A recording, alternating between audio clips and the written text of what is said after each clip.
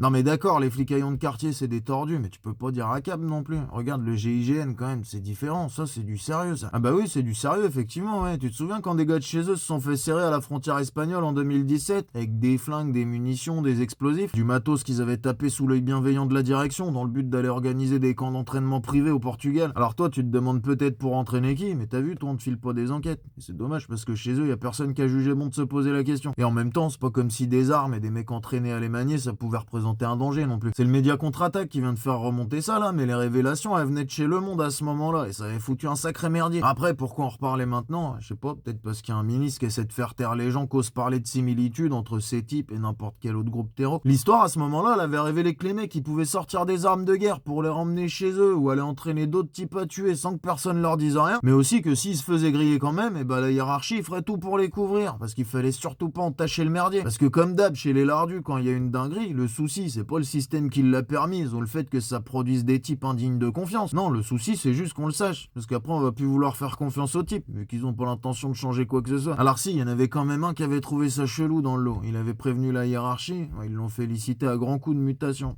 Ouais, ils l'ont viré. Ils ont même été jusqu'à dire qu'il avait irrémédiablement perdu la confiance de ses collègues et de la hiérarchie, et même qu'il avait terni l'image de son unité, ce con. Les mecs, ils passent leur temps à se chier dessus, mais quand il y en a un qui ouvre la bouche, ils arrivent à se demander si c'est pas lui qui a une haleine de chiotte, t'sais. Et en même temps, c'était bien le seul qui voulait respecter les règles là-dedans, hein. Les autres, ils assument pleinement le fait que s'ils les respectaient, ils pourraient pas bosser. C'est-à-dire que nous, on sait que c'est un taf de secouer, que les mecs sont dangereux, donc on fout quelques lignes quand même, histoire qu'ils partent pas trop en cahuète non plus. Et puis quand ils dépassent, tu leur dis quelque chose, ils font les surpris, tu sais. Ah bon? Ah mais c'était pour nous ce machin-là. Ah non, mais on pensait que c'était pour vous faire plaisir. Enfin nous, on a accepté pour que vous nous foutiez la paix, mais en vrai, on s'en branle. Enfin bref, quoi qu'il en soit, les mecs, ils sont armés, puis ils en ont plein la baraque, ils sont entraînés, mais ils en entraînent d'autres apparemment. Et disons, pour être gentil, qu'ils ont pas été biberonnés à l'idéologie la plus tolérante, si tu vois ce que je veux dire. Donc je suis désolé de te dire que si ça part en brioche, demain, c'est essentiellement par eux qu'on risque de se faire fumer, pas nécessairement dans le cadre de leur boulot. Donc oui, effectivement, t'as raison, oui, le GIGN c'est du sérieux, ou en tout cas c'est un sujet qui devrait être pris comme tel, mais au même titre que tout ce qui relève des forces de l'ordre par contre.